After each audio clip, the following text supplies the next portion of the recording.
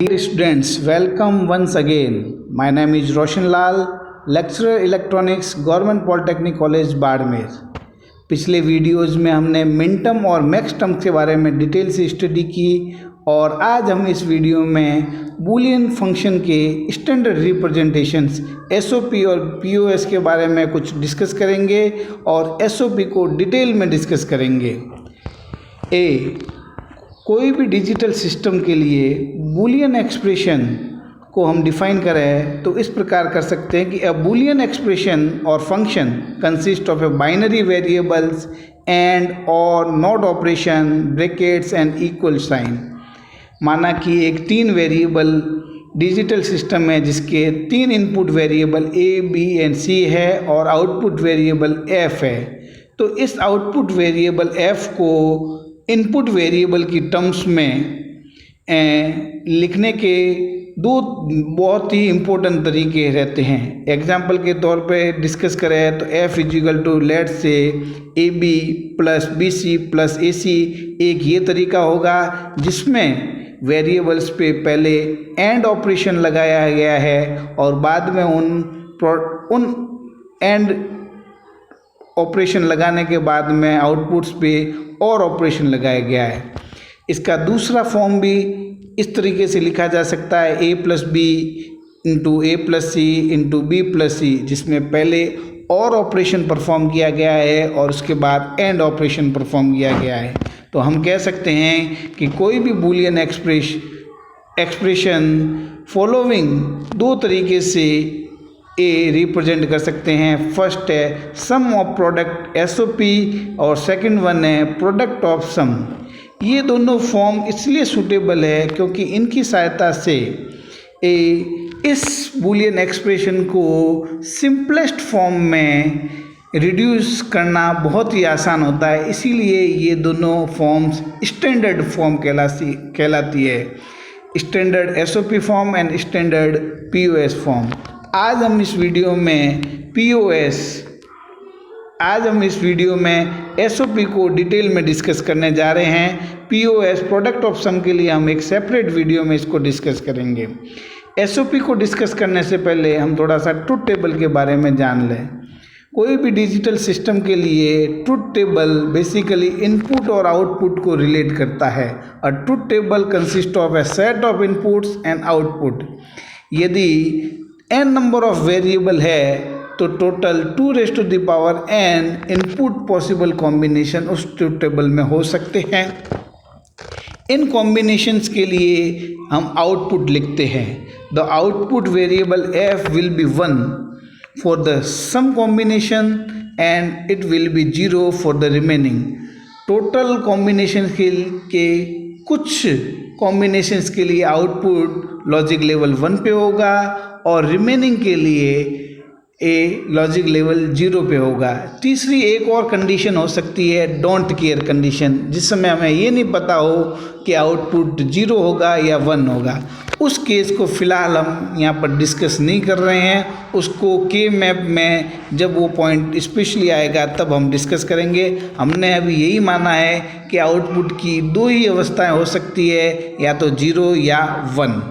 और ये सब अजम्पशन हमने किया है ये मान के कि पॉजिटिव लॉजिक सिस्टम को माना है, जिसमें लॉजिक 1 को ट्रू और हाई से रिप्रेजेंट करते हैं और लॉजिक 0 को फॉल्स और लो से रिप्रेजेंट करते हैं। अब ट्रुथ टेबल के बाद में हम कैनोनिकल एसओपी को डिफाइन करते हैं। When SOP expression is written from the truth table, it is called canonical SOP form. जब SOP एक्सप्रेशन ट्रुथ टेबल से लिखा जाता है तब उस समय जो SOP एक्सप्रेशन होगा वो कैनोनिकल SOP कहलाता है। और this is written when output of the logic circuit is true means at logic 1। Output में जिन कॉम्बिनेशंस के लिए लॉजिक 1 होगा उन कॉम्बिनेशंस के कोरस्पॉन्डिंग ही एसओपी समीकरण लिखा जाता है। अभी आगे एक ट्रुथ टेबल में हम इसको और डिटेल में समझेंगे और इसकी जो प्रत्येक टर्म होती है उसमें सारे वेरिएबल होते हैं। Each term contains all the variables, that's why it it is called canonical SOP form. यह कैनोनिकल एसओपी के लिए एक मस्ट कंडीशन है कि इसके प्रत्येक पद में सारे वेरिएबल होने चाहिए, चाहे वो कॉम्प्लीमेंट हो या अनकॉम्प्लीमेंट स्टेज में। और each term of SOP expression is called, SOP expression की प्रत्येक टर्म मिन टर्म कहलाती है, जिसको हमने एक सेपरेट वीडियो में बहुत ही डिटेल में समझ रखा है कि एसओपी समीकरण की प्रत्येक टर्म मिन टर्म कहलाती है। अब एक 3 वेरिएबल लॉजिक सिस्टम को डिस्कस करते हैं, जिसके 3 वेरिएबल है ए, बी एंड सी और उसका आउटपुट एफ है। टोटल 3 वेरिएबल से total 2⁻³ means 8 input combination possible है। तो जीरोज और 1 की सहायता से हमने इस टेबल में टोटल 8 कॉम्बिनेशंस बना रखे हैं।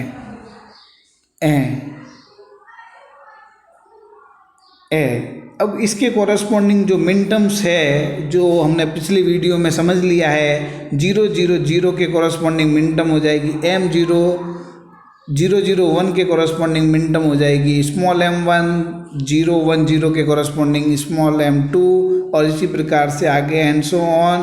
और 1 1 1 के लिए m7 में 7 बेसिकली इस 3 बिट नंबर 1 1 1 का डेसिमल इक्विवेलेंट है। इसको भी हमने मिन टर्म और मैक्स टर्म की वीडियो में डिस्कस किया गया था। अब इसके कॉरस्पॉन्डिंग अब हम देखें कि आउटपुट को ऑब्जर्व करें तो टोटल 8 कॉम्बिनेशंस में 3 कॉम्बिनेशंस के लिए आउटपुट हाई है, मींस लॉजिक लेवल 1 है। m4, m6 और m7 के कॉरस्पॉन्डिंग, तो एसओपी समीकरण इन्हीं तीनों के कॉरस्पॉन्डिंग ही लिखा जाएगा। अब एसओपी समीकरण लिखना है तो सम ऑफ प्रोडक्ट टर्म जो कि मिन टर्म है वो लिखने का तरीका भी हम सीख चुके हैं। तो m4 के लिए हम प्रोडक्ट टर्म लिखें तो m4 हो जाएगा 1 0 0। तो 1 0 0 के लिए आपकी मिन टर्म लिखेंगे 1, ए की जगह ए 1 है तो मीन्स ए अनकॉम्प्लीमेंटेड होगा, बी 0 है तो उसको कॉम्प्लीमेंट से रिप्रेजेंट करेंगे और सी भी 0 है तो वो भी कॉम्प्लीमेंटेड हो जाएगा, क्योंकि मिन टर्म में 0 को कॉम्प्लीमेंट ऑफ द वेरिएबल से और 1 को वेरिएबल से रिप्रेजेंट करते हैं। इसी प्रकार m6 के लिए 1 1 0 के लिए ए बी सी बार हो जाएगी मिन टर्म और 1 1 1 के लिए ए बी और सी। तो कुल मिला के इन 3 मिन टर्म के लिए इस लॉजिक सर्किट का आउटपुट हाई है। तो इन्हीं 3 प्रोडक्ट टर्म्स के लिए एसओपी समीकरण लिखेंगे। इन 3 प्रोडक्ट टर्म को हम लॉजिकल और ऑपरेशन कर देंगे तो हमारी इक्वेशन एसओपी इक्वेशन आ जाएगी।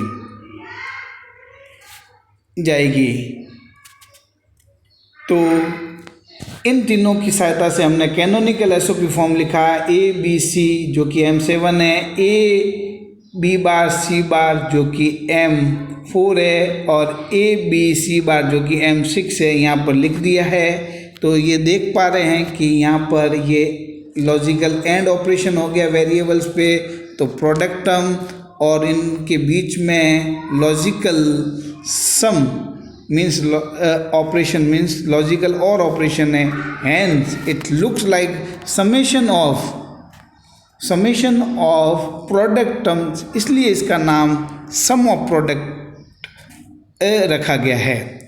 और यहाँ पर ये भी चीज़ देख लेते हैं कि इसको बूलियन अलजेब्रा की सहायता से और सिंप्लीफाई कर सकते हैं ताकि इनपुट और ओवरऑल गेट का रिडक्शन किया जा सके। उसको हम एक सेपरेट वीडियो में डिस्कस करेंगे। Here each product term consists of all the variable in complemented or uncomplemented form, hence it is a canonical form।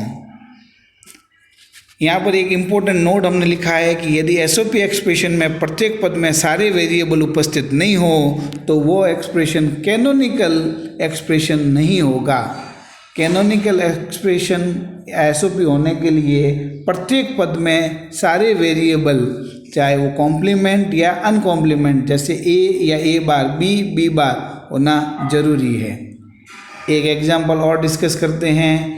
f = AB + AC बार, यह एक जनरल एसओपी समीकरण है। हम देखते हैं कि इस 3 वेरिएबल इन सिस्टम के लिए फर्स्ट जो टर्म है वो है ए बी, जिसमें सी वेरिएबल मिसिंग है, और सेकंड टर्म में ए सी बार, इसमें बी वेरिएबल मिसिंग है। तो मतलब ये एसओपी है बट कैनोनिकल एसओपी फॉर्म नहीं है। बहुत बार इस पे वाइवा में भी क्वेश्चंस पूछे जाते हैं और ऑब्जेक्टिव क्वेश्चंस भी पूछे जा सकते हैं। तो बहुत ही इम्पोर्टेंट पॉइंट रहेगा ये यहाँ पर नोट करने लायक। अब देखते हैं कि यदि कोई एसओपी है, नॉन कैनोनिकल फॉर्म है, तो उसको कैनोनिकल एसओपी में कैसे कन्वर्ट करते हैं। इसी एग्जाम्पल को हम ले रहे हैं F A B C is equal to A B plus A C bar. अब ए बी में, अब इसके लिए एक तरीका रहता है कि जिस पद में जो वेरिएबल एब्सेंट है, अनुपस्थित है, उसके और पद, मीन्स जो एब्सेंट है, ए बी में सी पद एब्सेंट है तो उस वेरिएबल का और पद क्या हो जाएगा, सी प्लस सी बार, वेरिएबल प्लस उस वेरिएबल का कॉम्प्लीमेंट सी प्लस सी बार। इस टर्म से ए जिसमें वो पद मिसिंग है उसके साथ में उसको एंड किया जाता है। तो ए बी में सी मिसिंग है तो सी प्लस सी बार को ए बी के साथ में एंड कर देंगे। इस प्रकार ए सी बार में बी वेरिएबल मिसिंग है तो यहाँ पर बी प्लस बी बार और पद को एंड कर देंगे। अब इसको यदि हम सरल कर देंगे, ब्रैकेट्स ओपन कर लेंगे, तो हमारे पास में टोटल टर्म्स आ जाएगी A B C plus A B C bar plus A B C bar और plus A C bar B bar. तो ये जो फॉर्म आ जाएगी ये कैनोनिकल फॉर्म है, क्योंकि इसके प्रत्येक पद में सारे वेरिएबल उपस्थित है। अब इसको थोड़ा सा रीअरेंज करें तो ये देखें कि ए बी सी बार 2 बार आ रखा है, और बूलियन अलजेब्रा में हमें पता है ए प्लस ए इजिकल टू ए होता है। तो इसको थोड़ा सा और सिंप्लीफाइड फॉर्म में लिख दिया, A B C plus A B C bar plus A B bar C bar. यहाँ पर प्रत्येक पद में सारे वेरिएबल है, अतः ये फॉर्म कैनोनिकल फॉर्म हो गई।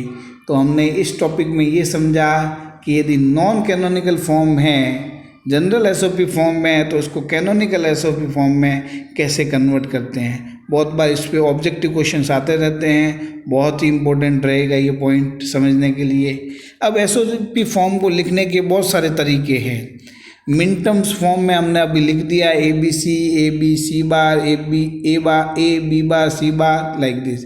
इसका दूसरा रिप्रेजेंटेशन है को स्मॉल एम नोटेशन में लिखे है, तो उसके डेसिमल इक्विवेलेंट को यूज में लेवें तो हम f को m7 plus m6 plus m4 के रूप में लिख सकते हैं, और इसको फाइनली समेशन फॉर्म में लिखें जहाँ पर समेशन m का जो चिन्ह है ये एसओपी को रिप्रेजेंट करता है, डिनोट करता है ए, और पीओएस के लिए भी इस तरह के एक अलग ही सिंबल काम में लिया जाता है। तो समेशन एम एसओपी को रिप्रेजेंट करता है, और ब्रैकेट में हम लिख देंगे इनके मिन टर्म के डेसिमल इक्विवेलेंट 4, 6 और 7। इनको हमने यहाँ पर ब्रैकेट्स में लिख दिया इंक्रीजिंग ऑर्डर में। तो ये f is equal to summation m 4, 6, 7 इस टाइप का नोटेशन के मैप में बहुत कॉमनली यूज में लिया जाता है। तो ये एसओपी एक्सप्रेशन है, और इसको लिखने के बाद में बूलियन अलजेब्रा की सहायता से इसको रिड्यूस करते और सिंपलेस्ट पॉसिबल फॉर्म में कन्वर्ट करते हैं। तो आज के लिए इतना ही। Product of sum POS form को हम एक सेपरेट वीडियो में डिस्कस करेंगे। उम्मीद करते हैं कि एसओपी पे ये डिस्कशन आपको पसंद आया होगा। आज के लिए इतना ही। बहुत बहुत धन्यवाद।